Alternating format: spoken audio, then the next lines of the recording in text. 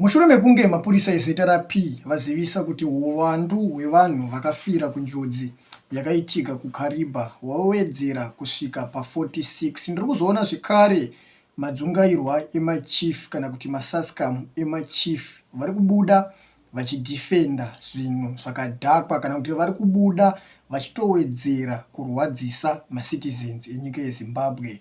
According nezviri kutaurwa nemazichief enyu, ndiri kuona panapa kuti vari kudedzera ivo kuti njodzi iyi yakaitika kuKariba ine chekuita nechivanhu. Vanhu vari muZimbabwe, imimi ndimi muri kukanganisa chivanhu chedu, kunyanya kune vamwe vanhu vari kuenda kunzizi dzinoyera kana kuti vari kuenda kumadhemu yayo anoyera vachiita zvemanjuzu. Ndimi muri kunopingana nechivanhu chedu kana kuti ndimi muri kunovhiringidza chivanhu chedu. Ndo zviri kutaurwa nemachifi enyu, ende machifi enyu ari kuzowedzera kuti kana imimi muchida kuita zvemanjuzu, chitsvagai madhemu enyu kana kuti tsvagai nzizi dzenyu dzekunoitira manjuzu, because imimi vanhu vari kuita zvemanjuzu ndimi muri kukonzeresa kuti tinge tinosangana nenjodzi dzakaita seidzodzi.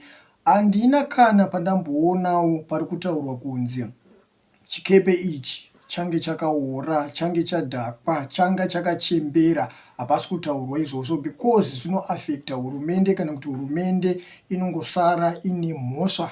Ndosaka muri kuona kuti vanhu ivava vari kutraida kunzvenga kutsvaga tumwe tunyaya twekuda kuvharavhara kuti hurumende isasare ine mhosva. Handina zvekare pandambonzwa pataurwa kunzi chikepe ichi change chakatakura vanhu vakawandisa, change chakaitwa iye inonzi overload. Nyaya idzodzo hadzisi kutaurwa. Tiri kungoona pari kutsvagwa tumwe tunyaya twekukavhiridza kuti hurumende isasare ine nyaya kana kuti isasare ine mhosva. Takaona nezuro vakambotanga vachidedzera kuti captain wechikepe ichi ndiye ane mhosva because vanhu vakamuudza kuti pane zviri kuitika kana kuti kune mhepo yakawandisa, asi nekuda kwekuti captain iyeye akashayika, haapo, haakwanisi kuzvipindura, vakamurasirira mhosva iyoyo. Asi nekuzoona zvekare kuti vanhu vashayika munjodzi iyi vawanda, tokuona panapa kuti pakushandiswa machifi zvekare kuti vange